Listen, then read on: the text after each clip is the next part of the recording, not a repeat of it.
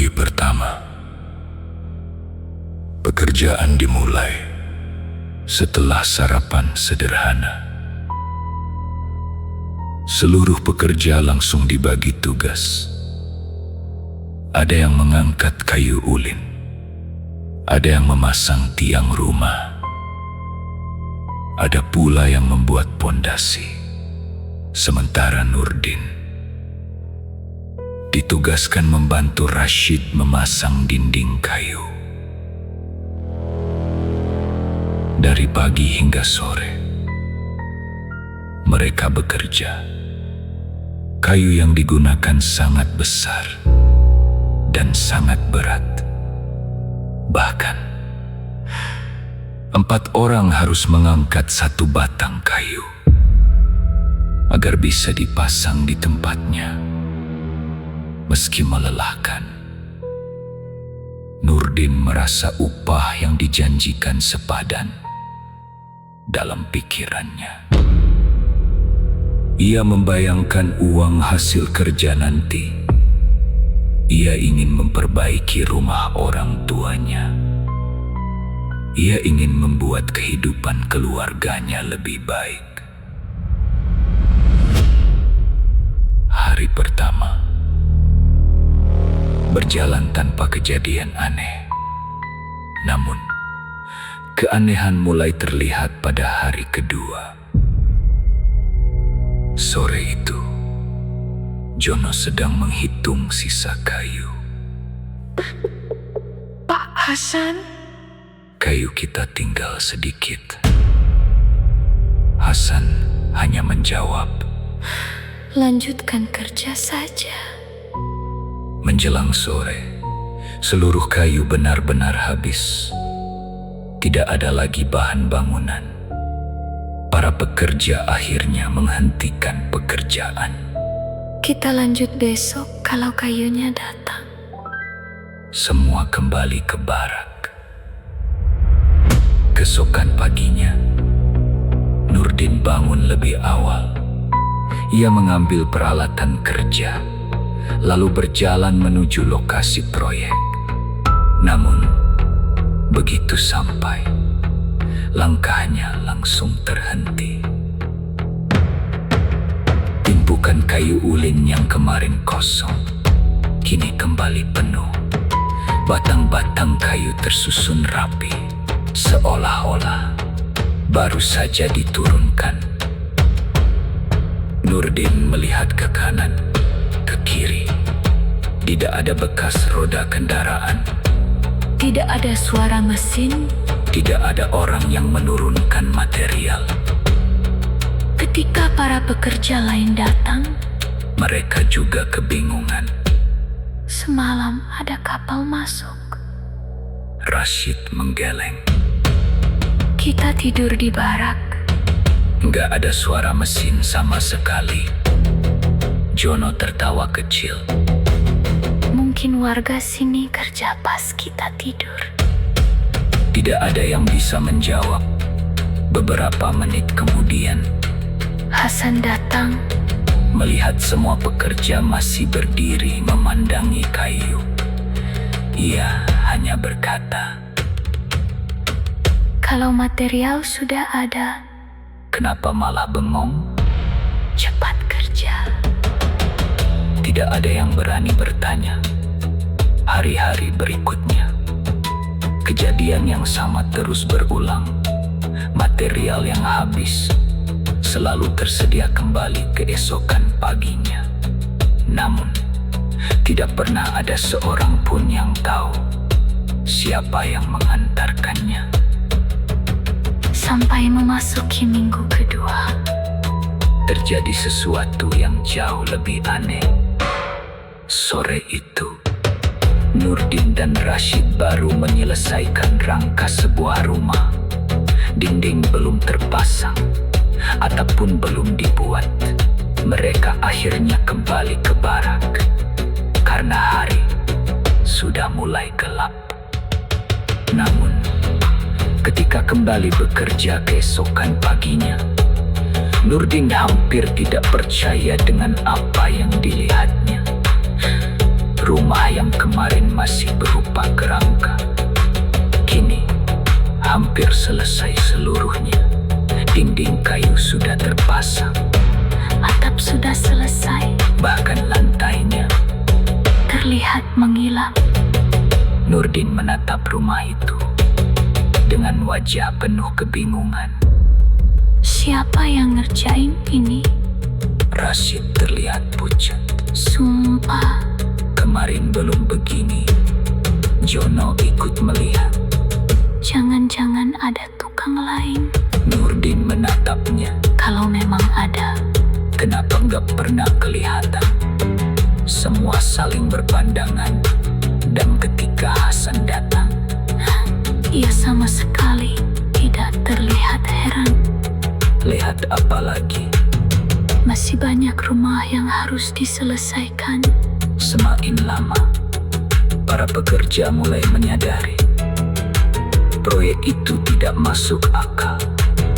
Jumlah rumah yang selesai Jauh lebih banyak daripada tenaga yang mereka miliki. seolah-olah ada kelompok lain yang ikut bekerja. Kelompok yang tidak pernah mereka lihat.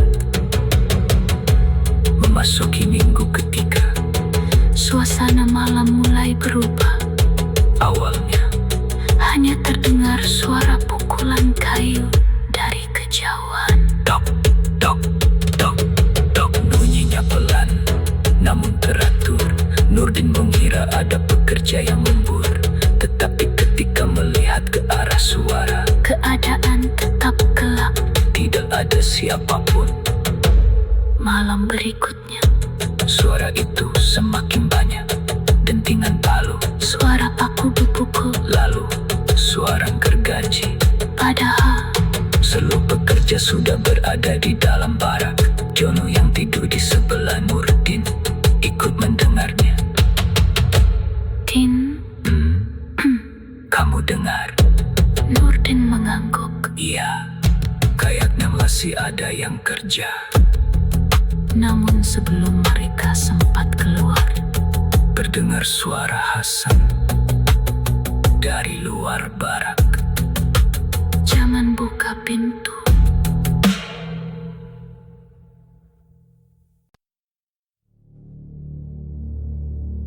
Tahun 1999.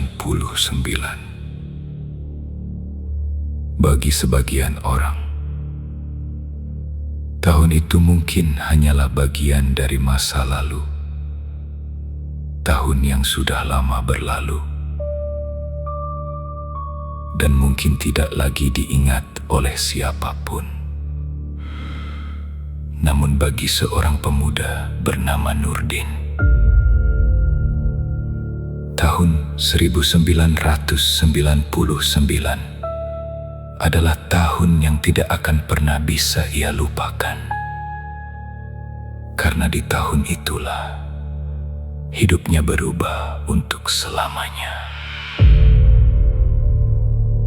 Saat itu, Nurdin baru berusia 24 tahun.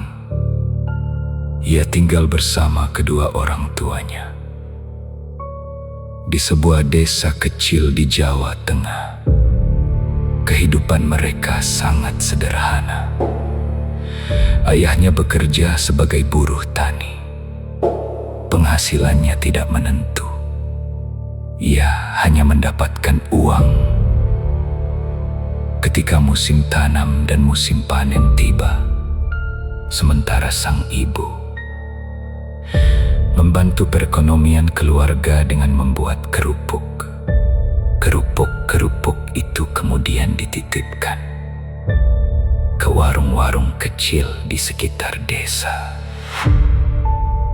Hidup mereka memang sederhana. Namun Nurdin tidak pernah malu dengan keadaan keluarganya. Justru sebaliknya, sejak lulus SMA, ia sudah berusaha mencari pekerjaan ke berbagai tempat. Ia pernah mencoba menjadi buruh pabrik. Pernah pula bekerja sebagai penjaga toko bangunan. Bahkan, ia sempat melamar menjadi sopir angkutan. Namun semuanya berakhir dengan satu jawaban yang sama. Tidak diterima. Setiap kali pulang ke rumah dengan membawa kabar kegagalan, Nurdin selalu berusaha tersenyum. Ia tidak ingin kedua orang tuanya khawatir. Namun jauh di dalam hatinya ada perasaan bersalah yang terus menghantuinya. Ia merasa belum mampu membantu keluarganya, belum mampu membuat kehidupan kedua orang tuanya menjadi lebih baik. Sampai suatu sore, ketika Nurdin sedang duduk sendirian di gardu depan rumah, seorang tetangganya datang menghampiri. Namanya Pak Slamet. Pria itu baru saja pulang dari Kalimantan beberapa bulan sebelumnya.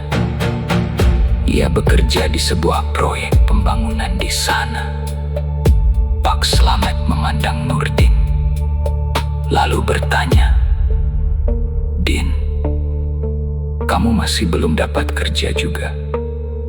Nurdin hanya mengangguk pelan. Iya, Pak. Sudah kemana-mana. Tetap belum diterima. Pak Slamet mengusap dagunya. Sejenak, Ia berpikir, kemudian berkata, "Kalau kamu memang serius mau kerja, ikut saya ke Kalimantan." Nurdin langsung menoleh. Kalimantan? Iya, Di sana masih banyak proyek bangunan, memang kerjanya capek. tapi upahnya lumayan. Mendengar kalimat itu, Mata Nurdin langsung berbinar. benaran ada lowongan, Pak? Pak Slamet mengangguk. Ada. "Saya besok berangkat lagi." Kalau kamu siap. "Ikut saja." Malam itu, Nurdin menceritakan tawaran tersebut kepada kedua orang tuanya. Awalnya, Mereka merasa khawatir. Kalimantan bukan tempat yang dekat.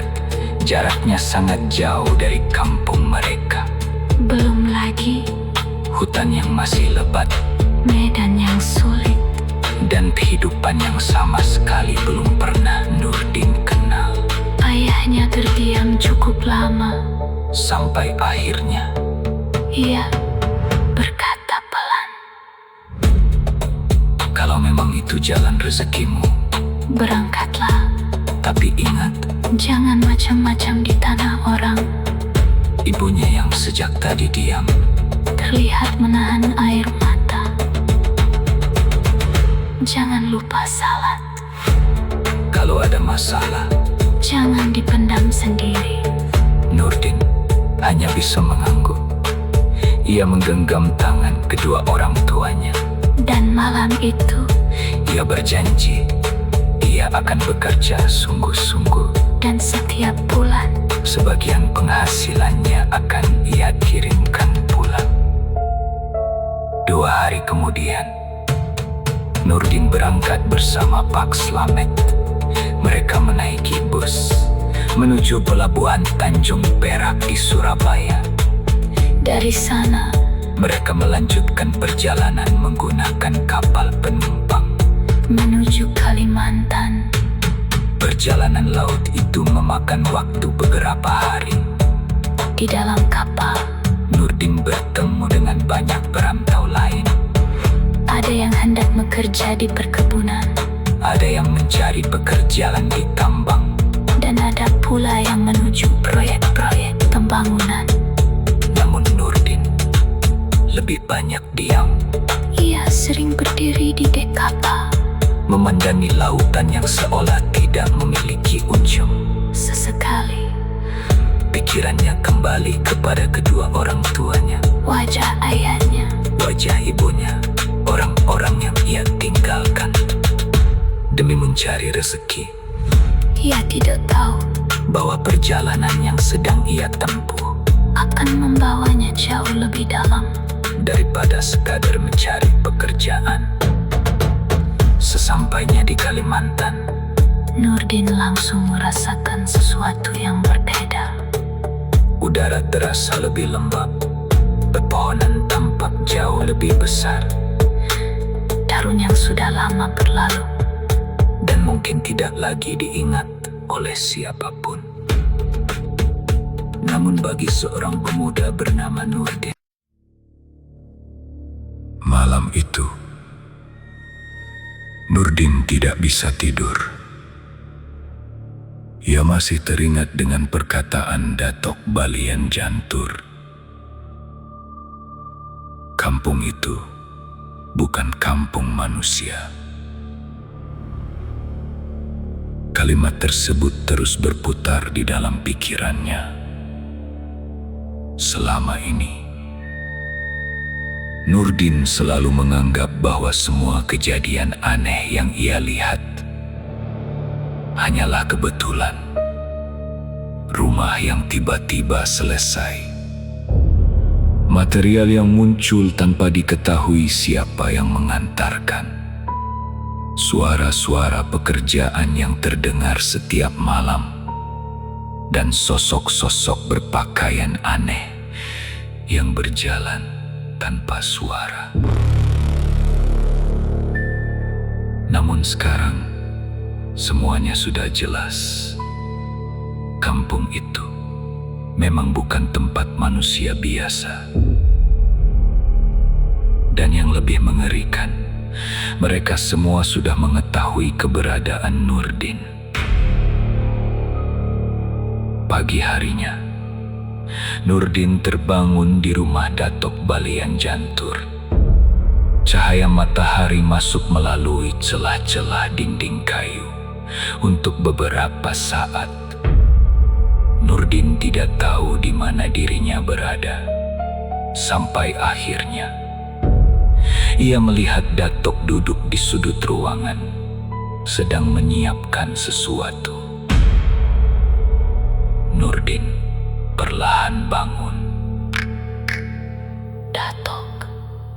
Datok menoleh. Kamu sudah bangun?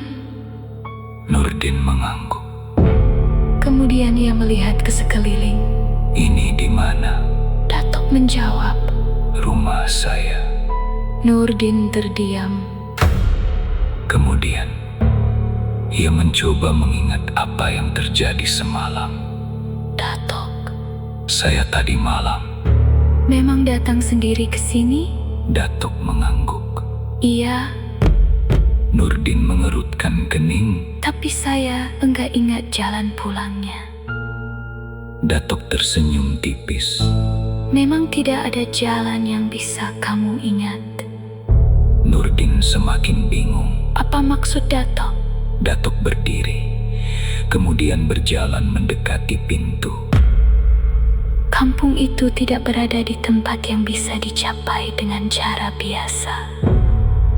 Jalan yang kamu lewati, Bisa berubah, jarak yang kamu tempuh, bisa berubah, dan waktu juga tidak selalu berjalan seperti yang kamu kenal. Nurdin terdiam. Ia mulai memahami. Mengapa perjalanan menuju kampung itu terasa begitu aneh? Datok kemudian menatap Nurdin. Karena itu, Jangan pernah mencoba mencari jalan keluar sendiri. Nurdin langsung teringat Bowo dan Arif. Datok, Bagaimana dengan dua orang yang hilang? Wajah Datok berubah. Ia tidak langsung menjawab. Nurdin kembali bertanya. Bowo sama Arif Mereka pergi malam-malam. sampai sekarang enggak ditemukan. Datok menghela napas. Mereka masih hidup? Nurdin langsung menatap Datok. Masih hidup? Datok mengangguk. Tapi Mereka tidak lagi berada di tempat yang sama dengan kalian. bulu kuduknya berdiri. Maksudnya, Datuk menatap keluar jendela. mereka mencoba keluar. Lalu, Mereka menemukan jalan lain. Nurdin semakin penasaran. jalan lain kemana? Datuk tidak menjawab. Ia hanya berkata. Jangan cari mereka. Nurdin terdiam. Namun dalam hatinya, Ia merasa ada sesuatu yang disembunyikan Datuk. sesuatu yang jauh lebih besar. Siang itu, Datuk mengajak Nurdin keluar rumah. mereka berjalan melewati sebuah jalan kecil. Menuju bagian lain dari kampung. Anehnya, ketika Nurdin kembali melihat kampung tersebut dari dekat, Ia baru menyadari betapa luas sebenarnya tempat itu. Rumah-rumah berdiri di sepanjang jalan. Sebagian terlihat baru, sebagian lagi terlihat sangat tua. namun semuanya memiliki bentuk yang hampir sama. Rumah panggung Dinding kayu, atap tinggi, dan ukiran aneh di tagihan depan. Nurdin memperhatikan ukiran-ukiran tersebut.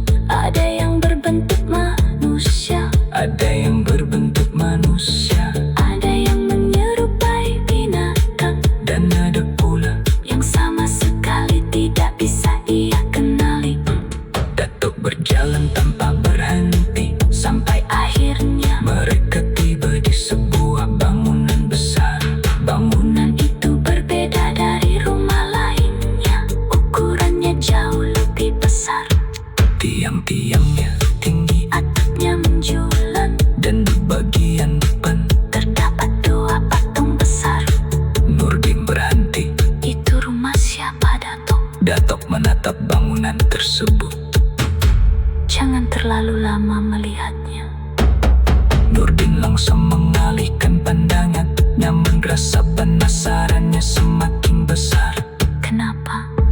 Datuk menjawab pelan. Itu bukan rumah. Nurdin terdiam. Terus, apa? Datuk menatapnya. Tempat mereka berkumpul. Nurdin menelan ludah.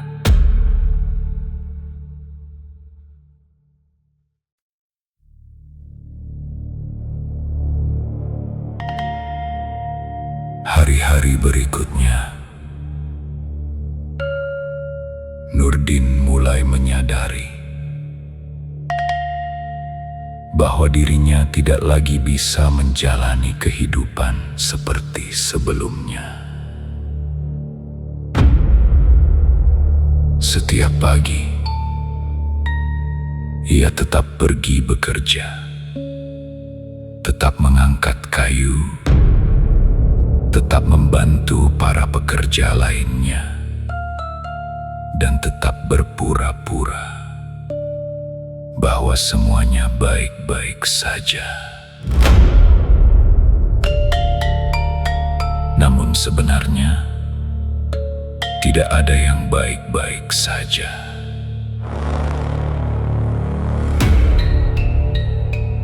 Sejak malam ketika suara itu memanggil malam itu, Nurdin tidak bisa tidur. Dia masih teringat dengan perkataan Datuk Balian Jantur. Kampung itu bukan kampung manusia. Kalimat tersebut terus berputar di dalam pikirannya. Selama ini, Nurdin selalu menganggap bahwa semua kejadian aneh yang ia lihat hanyalah kebetulan. Rumah yang tiba-tiba selesai, material yang muncul tanpa diketahui siapa yang mengantarkan, suara-suara pekerjaan yang terdengar setiap malam, dan sosok-sosok berpakaian aneh yang berjalan tanpa suara. Namun sekarang, Semuanya sudah jelas. Kampung itu memang bukan tempat manusia biasa. Dan yang lebih mengerikan, mereka semua sudah mengetahui keberadaan Nurdin.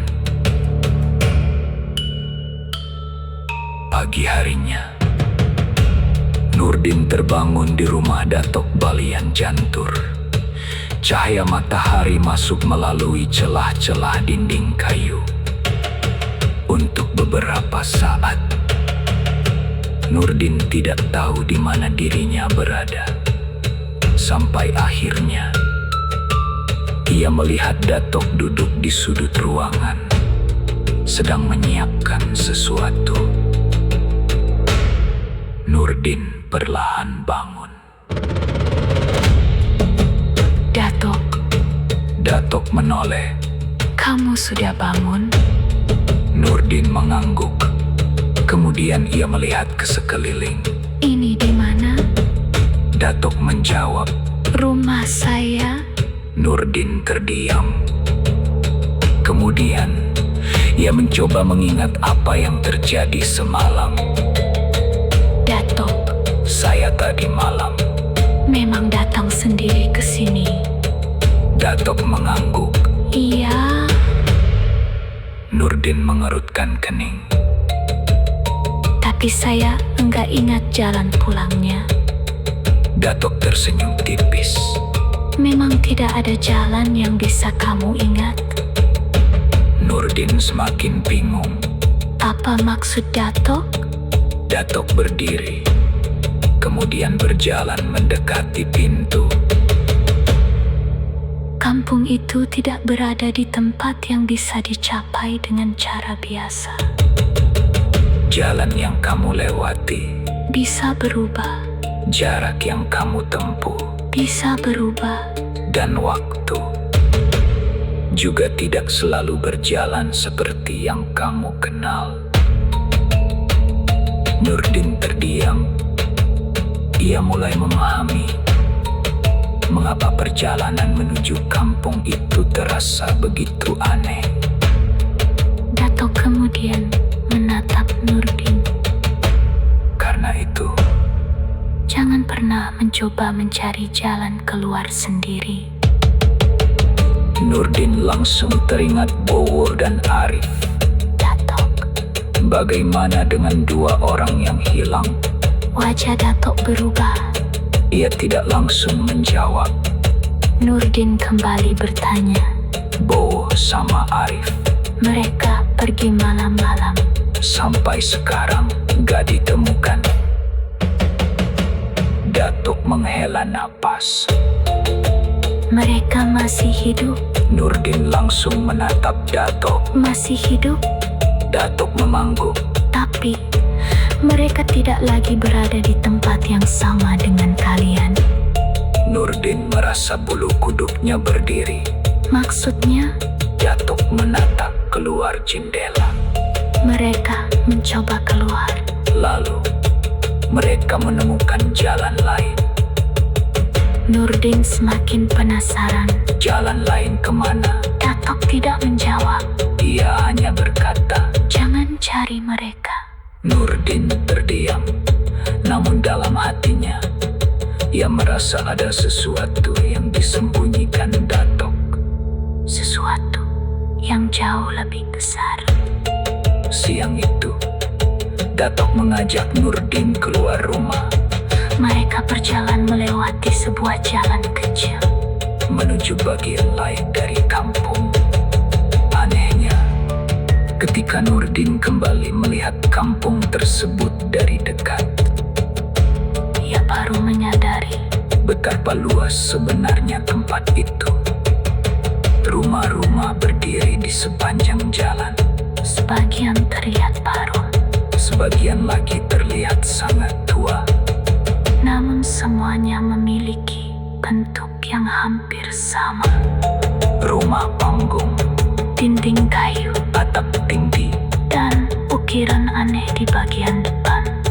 Nurdin memperhatikan ukiran-ukiran tersebut.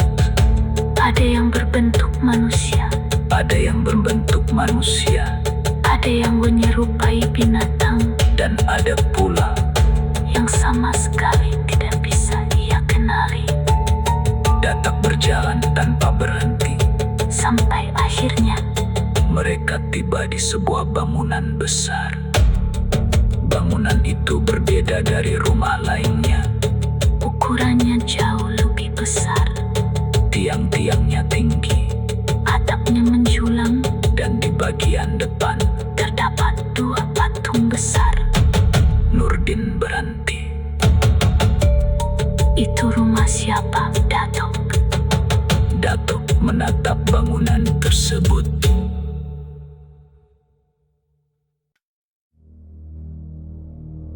Sejak malam itu, Nurdin tidak pernah bisa tidur dengan tenang.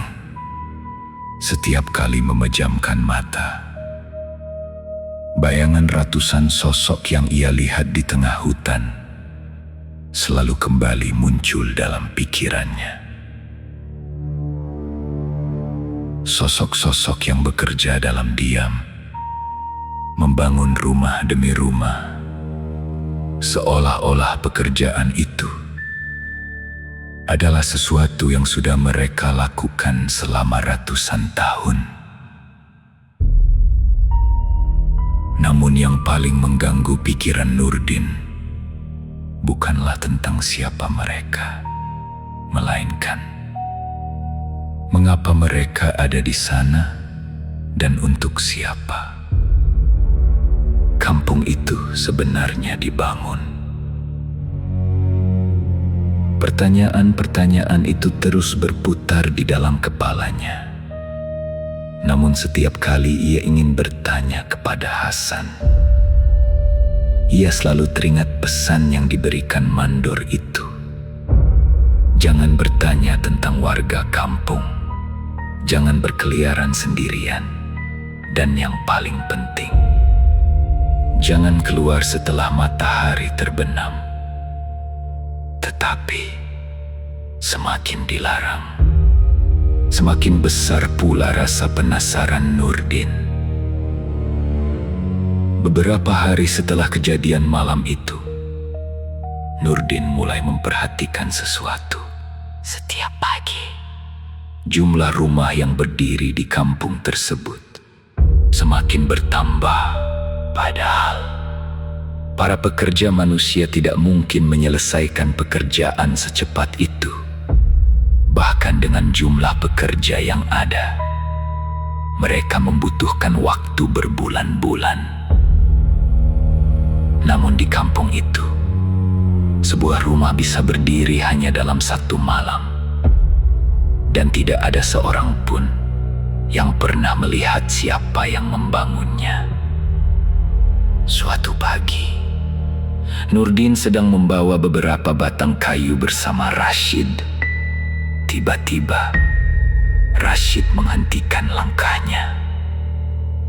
Din, Nurdin menoleh. apa? Rashid menunjuk ke sebuah rumah. Rumah itu Baru saja selesai dibangun. Namun di depan pintunya terdapat sebuah ukiran aneh. Ukiran itu berbentuk seperti manusia, tetapi wajahnya tidak memiliki mata, tidak memiliki hidung. Hanya ada sebuah mulut yang terbuka lebar. Nurdin mendekat. Namun sebelum ia sempat menyentuh ukiran itu, Rashid langsung menarik tangannya. "Jangan." Nurdin menatapnya. "Kenapa?" Rashid menggeleng. "Enggak tahu." Tapi jangan disentuh. Nurdin akhirnya menurut. Mereka kembali bekerja. Namun sejak saat itu, ukiran tersebut terus terbayang di pikirannya. Siang harinya, Nurdin mencoba bertanya kepada salah seorang warga, seorang pria tua yang sedang duduk di depan rumah. Nurdin mendekat perlahan. Pak. Pria tua itu menoleh. Wajahnya tersenyum, Namun lagi-lagi, senyum yang sama. senyum datar. tanpa ekspresi. Nurdin menunjuk ke arah rumah yang baru selesai dibangun. Itu ukiran apa, Pak? Pria tua itu Tidak menjawab. ia hanya menatap Nurdin. Lama. Sangat lama. Kemudian Perlahan, ia tersenyum lebih lebar. Nurdin langsung merasa tidak nyaman. Ia mundur satu langkah dan tanpa berkata apa-apa lagi. Ia pergi meninggalkan tempat itu. Sejak kejadian itu, Nurdin mulai sadar ada sesuatu yang salah dengan warga kampung tersebut. Sesuatu yang tidak bisa ia jelaskan. Namun rasa penasaran itu Akhirnya membuat Nurdin melakukan sesuatu yang seharusnya tidak ia lakukan. Ia mulai mencari jalan keluar. Awalnya, Ia hanya bertanya kepada Wahyu. yo, Wahyu menoleh. apa? Kamu tahu jalan pulang? Wahyu langsung terdiam, Kemudian melihat ke arah sekeliling. seolah takut. Ada seseorang yang sedang mendengarkan. Jangan ngomong begitu. Nurdin mengerutkan kening. Kenapa? Wahyu mendekat. Suaranya semakin pelan. Kita nggak boleh pergi. Nurdin terdiam. Maksud kamu? Wahyu menggeleng. Aku juga nggak tahu. Tapi, Waktu pertama datang, aku sempat tanya sama orang kampung. Nurdin semakin penasaran. Tanya apa? Wahyu menelan ludah. Tanya jalan keluar. Nurdin menunggu. Namun Wahyu tidak langsung melanjutkan. Kemudian, Ia berkata pelan, orang yang aku tanyai, cuma menunjuk ke arah hutan. terus dia bilang, Kalau aku terus berjalan, aku akan sampai ke tempat yang aku cari. Nurdin mengerutkan kening. Lalu, Wahyu menatapnya. aku coba. Tapi setelah berjalan hampir 1 jam, Aku kembali ke tempat yang sama. Nurdin terdiam. Wahyu melanjutkan. Aku coba lagi ke arah lain. Hasilnya sama. Kemanapun aku pergi, Aku selalu kembali ke kampung.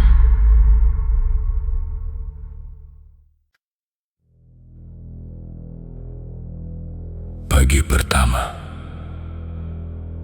pekerjaan dimulai setelah sarapan sederhana. Seluruh pekerja langsung dibagi tugas. Ada yang mengangkat kayu ulin, ada yang memasang tiang rumah, ada pula yang membuat pondasi. Sementara Nurdin ditugaskan membantu Rashid memasang dinding kayu. Dari pagi hingga sore, mereka bekerja. Kayu yang digunakan sangat besar dan sangat berat. Bahkan, 4 orang harus mengangkat 1 batang kayu agar bisa dipasang di tempatnya. Meski melelahkan, Nurdin merasa upah yang dijanjikan sepadan dalam pikirannya. Ia membayangkan uang hasil kerja nanti. Ia ingin memperbaiki rumah orang tuanya. Ia ingin membuat kehidupan keluarganya lebih baik. Hari pertama berjalan tanpa kejadian aneh. Namun, keanehan mulai terlihat pada hari kedua. Sore itu, Jono sedang menghitung sisa kayu. Pak Hasan, Kayu kita tinggal sedikit. Hasan hanya menjawab. lanjutkan kerja saja. Menjelang sore, seluruh kayu benar-benar habis. Tidak ada lagi bahan bangunan. Para pekerja akhirnya menghentikan pekerjaan. Kita lanjut besok kalau kayunya datang. Semua kembali ke barak. Keesokan paginya, Nurdin bangun lebih awal. Ia mengambil peralatan kerja, lalu berjalan menuju lokasi proyek. Namun, begitu sampai, langkahnya langsung terhenti. Tumpukan kayu ulin yang kemarin kosong, kini kembali penuh. Batang-batang kayu tersusun rapi, seolah-olah baru saja diturunkan. Nurdin melihat ke kanan, ke kiri. Tidak ada bekas roda kendaraan. Tidak ada suara mesin. Tidak ada orang yang menurunkan material. Ketika para pekerja lain datang, Mereka juga kebingungan. semalam ada kapal masuk. Rashid menggeleng. Kita tidur di barak. Nggak ada suara mesin sama sekali. Jono tertawa kecil. Mungkin warga sini kerja pas kita tidur. Tidak ada yang bisa menjawab. Beberapa menit kemudian, Hasan datang. melihat semua pekerja masih berdiri memandangi kayu. Ia hanya berkata, Kalau material sudah ada, "Kenapa malah bengong?" cepat kerja. Tidak ada yang berani bertanya. Hari-hari berikutnya, kejadian yang sama terus berulang. Material yang habis selalu tersedia kembali keesokan paginya. Namun, tidak pernah ada seorang pun yang tahu siapa yang mengantarkannya. Sampai memasuki minggu kedua, Terjadi sesuatu yang jauh lebih aneh. Sore itu, Nurdin dan Rashid baru menyelesaikan rangka sebuah rumah. Dinding belum terpasang, atap pun belum dibuat. Mereka akhirnya kembali ke barak karena hari sudah mulai gelap. Namun, ketika kembali bekerja keesokan paginya, Nurdin hampir tidak percaya dengan apa yang dilihatnya. Rumah yang kemarin masih berupa kerangka, kini hampir selesai seluruhnya. Dinding kayu sudah terpasang, atap sudah selesai, bahkan lantainya. terlihat mengilap.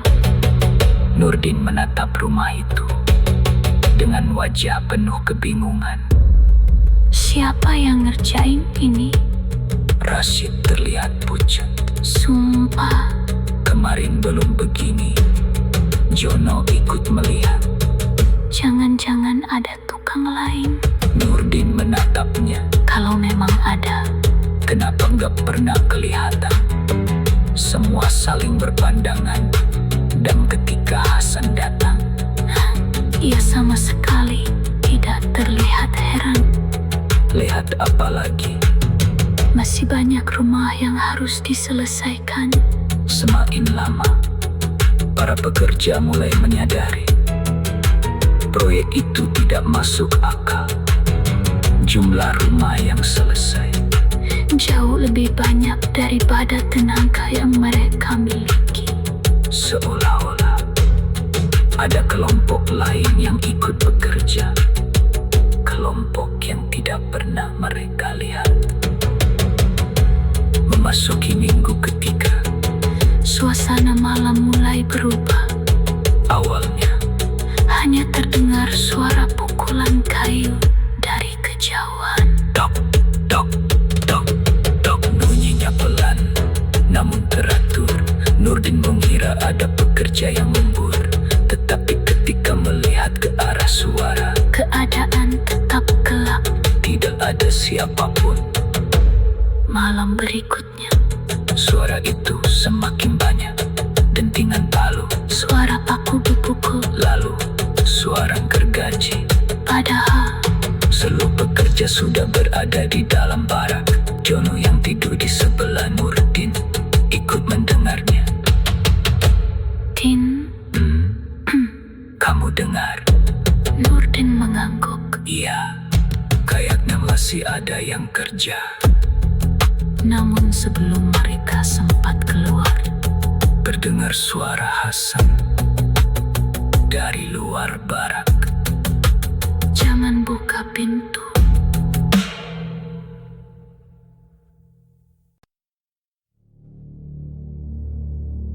Tahun 1999. Bagi sebagian orang, tahun itu mungkin hanyalah bagian dari masa lalu. Tahun yang sudah lama berlalu dan mungkin tidak lagi diingat oleh siapapun. Namun bagi seorang pemuda bernama Nurdin, tahun 1999 adalah tahun yang tidak akan pernah bisa ia lupakan. Karena di tahun itulah hidupnya berubah untuk selamanya. Saat itu, Nurdin baru berusia 24 tahun. Ia tinggal bersama kedua orang tuanya di sebuah desa kecil di Jawa Tengah. Kehidupan mereka sangat sederhana. Ayahnya bekerja sebagai buruh tani. Penghasilannya tidak menentu. Ia hanya mendapatkan uang ketika musim tanam dan musim panen tiba. Sementara sang ibu membantu perekonomian keluarga dengan membuat kerupuk. Kerupuk itu kemudian dititipkan ke warung-warung kecil di sekitar desa. Hidup mereka memang sederhana. Namun Nurdin tidak pernah malu dengan keadaan keluarganya. Justru sebaliknya, sejak lulus SMA, ia sudah berusaha mencari pekerjaan ke berbagai tempat. Ia pernah mencoba menjadi buruh pabrik. Pernah pula bekerja sebagai penjaga toko bangunan. Bahkan, ia sempat melamar menjadi sopir angkutan. Namun semuanya berakhir dengan satu jawaban yang sama. Tidak diterima. Setiap kali pulang ke rumah dengan membawa kabar kegagalan, Nurdin selalu berusaha tersenyum. Ia tidak ingin kedua orang tuanya khawatir. Namun jauh di dalam hatinya ada perasaan bersalah yang terus menghantuinya. Ia merasa belum mampu membantu keluarganya, belum mampu membuat kehidupan kedua orang tuanya menjadi lebih baik. Sampai suatu sore, ketika Nurdin sedang duduk sendirian di gardu depan rumah, seorang tetangganya datang menghampiri. Namanya Pak Slamet. Pria itu baru saja pulang dari Kalimantan beberapa bulan sebelumnya. Ia bekerja di sebuah proyek pembangunan di sana. Pak Slamet memandang Nurdin, lalu bertanya, "Din, kamu masih belum dapat kerja juga?" Nurdin hanya mengangguk pelan. Iya, Pak. Sudah kemana-mana. Tetap belum diterima. Pak Slamet mengusap dagunya. Sejenak, Ia berpikir, kemudian berkata, "Kalau kamu memang serius mau kerja, ikut saya ke Kalimantan." Nurdin langsung menoleh. Kalimantan? Iya, Di sana masih banyak proyek bangunan, memang kerjanya capek. tapi upahnya lumayan. Mendengar kalimat itu, Mata Nurdin langsung berbinar. benaran ada lowongan, Pak. Pak Slamet mengangguk. Ada. Saya besok berangkat lagi. Kalau kamu siap. Ikut saja. Malam itu, Nurdin menceritakan tawaran tersebut kepada kedua orang tuanya. Awalnya, Mereka merasa khawatir. Kalimantan bukan tempat yang dekat. Jaraknya sangat jauh dari kampung mereka. belum lagi Hutan yang masih lebat medan yang sulit. dan kehidupan yang sama sekali belum pernah Nurdin kenal. Ayahnya terdiam cukup lama. Sampai akhirnya, Ia berkata pelan, kalau memang itu jalan rezekimu, berangkatlah. tapi ingat, Jangan macam-macam di tanah orang. ibunya yang sejak tadi diam. Terlihat menahan air mata. Jangan lupa salat. Kalau ada masalah, Jangan dipendam sendiri. Nurdin hanya bisa mengangguk. Ia menggenggam tangan kedua orang tuanya. Dan malam itu, Ia berjanji, ia akan bekerja sungguh-sungguh. dan setiap bulan, Sebagian penghasilannya akan ia kirimkan pulang.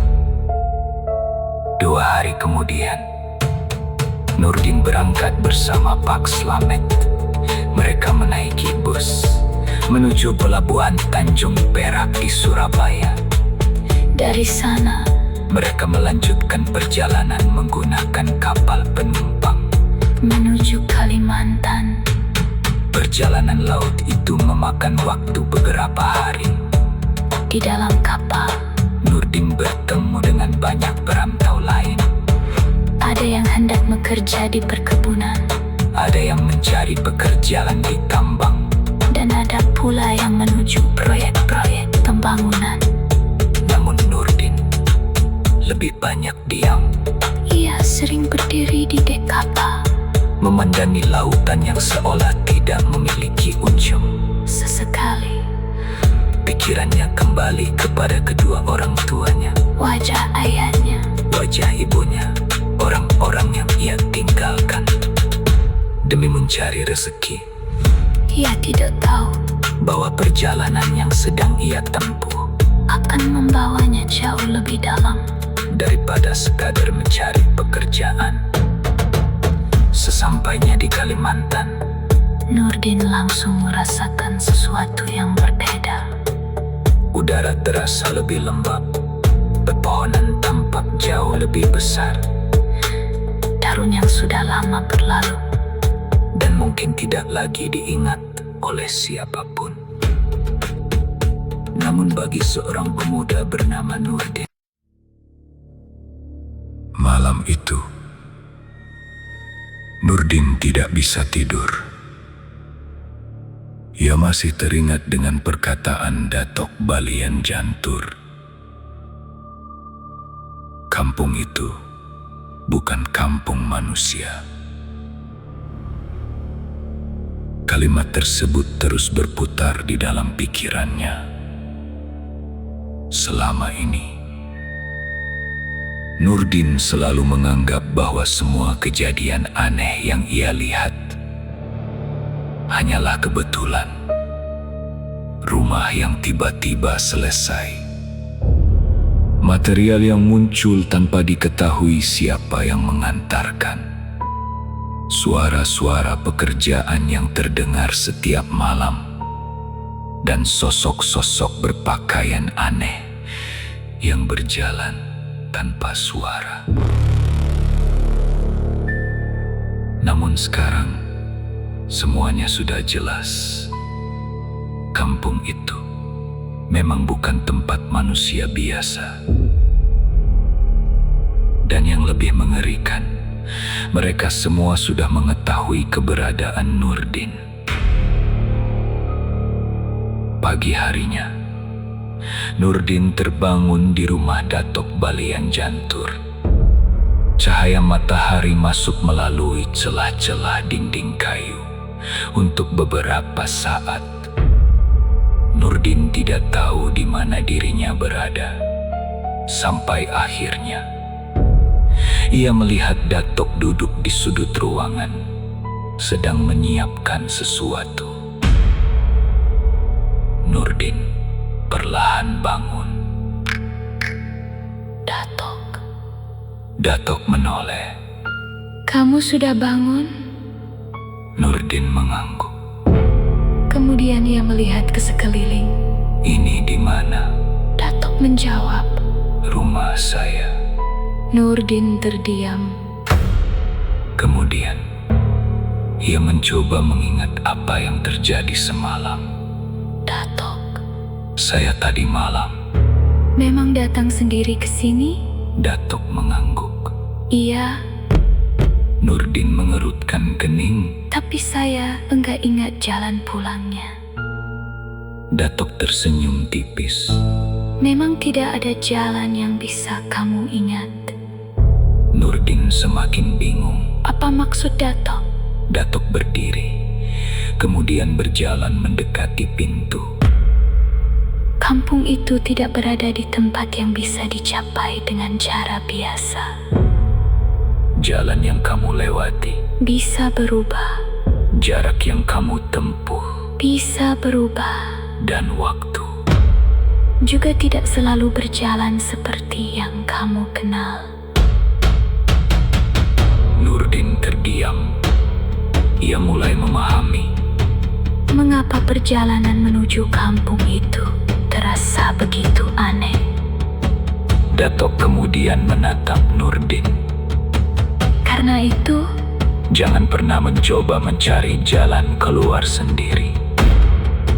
Nurdin langsung teringat Bowo dan Arif. Datuk, Bagaimana dengan dua orang yang hilang? Wajah Datuk berubah. Ia tidak langsung menjawab. Nurdin kembali bertanya. Bowo sama Arif Mereka pergi malam-malam. sampai sekarang enggak ditemukan. Datuk menghela napas. Mereka masih hidup? Nurdin langsung menatap Datuk. Masih hidup? Datuk mengangguk. Tapi Mereka tidak lagi berada di tempat yang sama dengan kalian. Nurdin merasa bulu kuduknya berdiri. Maksudnya, Datuk menatap keluar jendela. mereka mencoba keluar. Lalu Mereka menemukan jalan lain. Nurdin semakin penasaran. jalan lain kemana? Datuk tidak menjawab. Ia hanya berkata. Jangan cari mereka. Nurdin terdiam. Namun dalam hatinya, Ia merasa ada sesuatu yang disembunyikan Datuk. sesuatu yang jauh lebih besar. Siang itu, Datuk mengajak Nurdin keluar rumah. mereka berjalan melewati sebuah jalan kecil. Menuju bagian lain dari kampung. Anehnya, ketika Nurdin kembali melihat kampung tersebut dari dekat, Ia baru menyadari betapa luas sebenarnya tempat itu. Rumah-rumah berdiri di sepanjang jalan. Sebagian terlihat baru, sebagian lagi terlihat sangat tua. namun semuanya memiliki bentuk yang hampir sama. Rumah panggung Dinding kayu, atap tinggi, dan ukiran aneh di bagian depan. Nurdin memperhatikan ukiran-ukiran tersebut. Ada yang berbentuk manusia, Ada yang berbentuk manusia, ada yang menyerupai binatang, dan ada pula yang sama sekali tidak bisa ia kenali. Datuk berjalan tanpa berhenti sampai Akhirnya mereka tiba di sebuah bangunan besar. bangunan itu berbeda dari rumah lainnya. Ukurannya jauh lebih besar, Tiang-tiangnya tinggi, atapnya menjulang, dan di bagian depan terdapat dua patung besar. Nurdin berhenti. Itu rumah siapa, Datuk? Datuk menatap bangunan tersebut. Jangan terlalu lama melihatnya. Nurdin Nurdin langsung mengalihkan pandangan, namun rasa penasarannya semakin besar. Kenapa? Datuk menjawab pelan. Itu bukan rumah. Nurdin terdiam. Terus, apa? Datuk menatapnya. Tempat mereka berkumpul. Nurdin menelan ludah.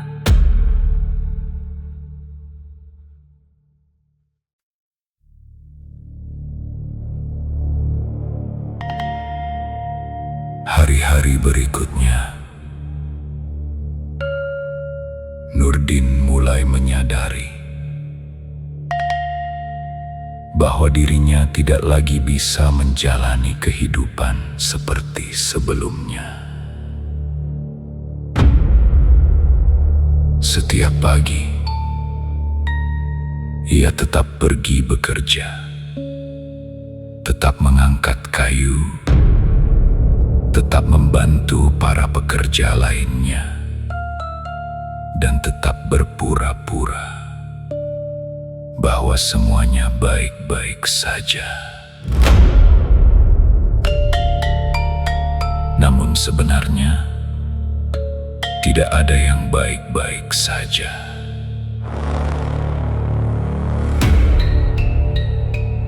Sejak malam ketika suara itu memanggil malam itu,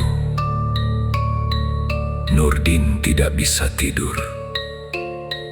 Dia masih teringat dengan perkataan Datuk Balian Jantur. Kampung itu bukan kampung manusia. Kalimat tersebut terus berputar di dalam pikirannya.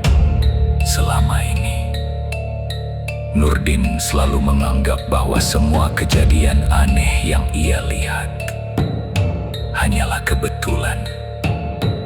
Rumah yang tiba-tiba selesai, material yang muncul tanpa diketahui siapa yang mengantarkan, suara-suara pekerjaan yang terdengar setiap malam, dan sosok-sosok berpakaian aneh yang berjalan tanpa suara.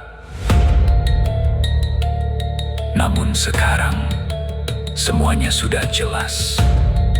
Kampung itu memang bukan tempat manusia biasa. Dan yang lebih mengerikan, mereka semua sudah mengetahui keberadaan Nurdin. Pagi harinya, Nurdin terbangun di rumah Datuk Balian Jantur. Cahaya matahari masuk melalui celah-celah dinding kayu. Untuk beberapa saat, Nurdin tidak tahu di mana dirinya berada. Sampai akhirnya, ia melihat Datuk duduk di sudut ruangan, sedang menyiapkan sesuatu. Nurdin perlahan bangun. Datuk menoleh. Kamu sudah bangun? Nurdin mengangguk. Kemudian ia melihat ke sekeliling. Ini di mana? Datuk menjawab. Rumah saya. Nurdin terdiam. Kemudian, ia mencoba mengingat apa yang terjadi semalam. Datuk, Saya tadi malam. memang datang sendiri ke sini. Datuk mengangguk. Iya, Nurdin mengerutkan kening. tapi saya enggak ingat jalan pulangnya. Datuk tersenyum tipis. Memang tidak ada jalan yang bisa kamu ingat. Nurdin semakin bingung. Apa maksud Datuk? Datuk berdiri, kemudian berjalan mendekati pintu. Kampung itu tidak berada di tempat yang bisa dicapai dengan cara biasa. Jalan yang kamu lewati, Bisa berubah, jarak yang kamu tempuh, bisa berubah. dan waktu juga tidak selalu berjalan seperti yang kamu kenal. Nurdin terdiam. Ia mulai memahami mengapa perjalanan menuju kampung itu terasa begitu aneh. Dato kemudian menatap Nurdin. Karena itu, Jangan pernah mencoba mencari jalan keluar sendiri. Nurdin langsung teringat Bowo dan Arif. Datok. Bagaimana dengan dua orang yang hilang? Wajah Datok berubah. Ia tidak langsung menjawab. Nurdin kembali bertanya. Bowo sama Arif Mereka pergi malam-malam. sampai sekarang gak ditemukan. Datuk menghela napas. Mereka masih hidup. Nurdin langsung menatap Datuk. Masih hidup, Datuk mengangguk. tapi mereka tidak lagi berada di tempat yang sama dengan kalian. Nurdin merasa bulu kuduknya berdiri. Maksudnya, Datuk menatap keluar jendela. mereka mencoba keluar. Lalu, mereka menemukan jalan lain. Nurdin semakin penasaran. Jalan lain kemana? Datok tidak menjawab. Ia hanya berkata. Jangan cari mereka. Nurdin terdiam. Namun dalam hatinya, ia merasa ada sesuatu yang disembunyikan Datuk. Sesuatu yang jauh lebih besar. Siang itu, Datuk mengajak Nurdin keluar rumah. Mereka berjalan melewati sebuah jalan kecil. Menuju bagian lain dari kampung. Anehnya, ketika Nurdin kembali melihat kampung tersebut dari dekat, Ia baru menyadari betapa luas sebenarnya tempat itu. Rumah-rumah berdiri di sepanjang jalan. sebagian terlihat baru, Sebagian lagi terlihat sangat tua. namun semuanya memiliki bentuk yang hampir sama. Rumah panggung, Dinding kayu atap tinggi. dan ukiran aneh di bagian depan. Nurdin memperhatikan ukiran-ukiran tersebut.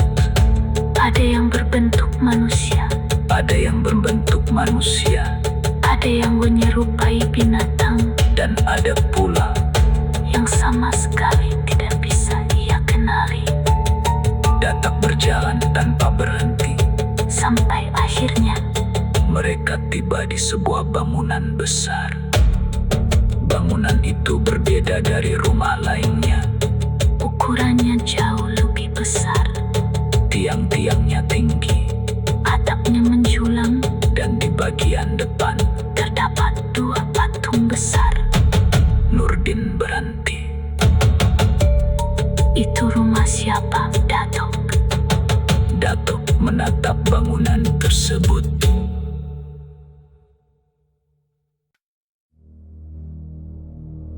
Sejak malam itu, Nurdin tidak pernah bisa tidur dengan tenang. Setiap kali memejamkan mata, bayangan ratusan sosok yang ia lihat di tengah hutan selalu kembali muncul dalam pikirannya. Sosok-sosok yang bekerja dalam diam, membangun rumah demi rumah, seolah-olah pekerjaan itu adalah sesuatu yang sudah mereka lakukan selama ratusan tahun.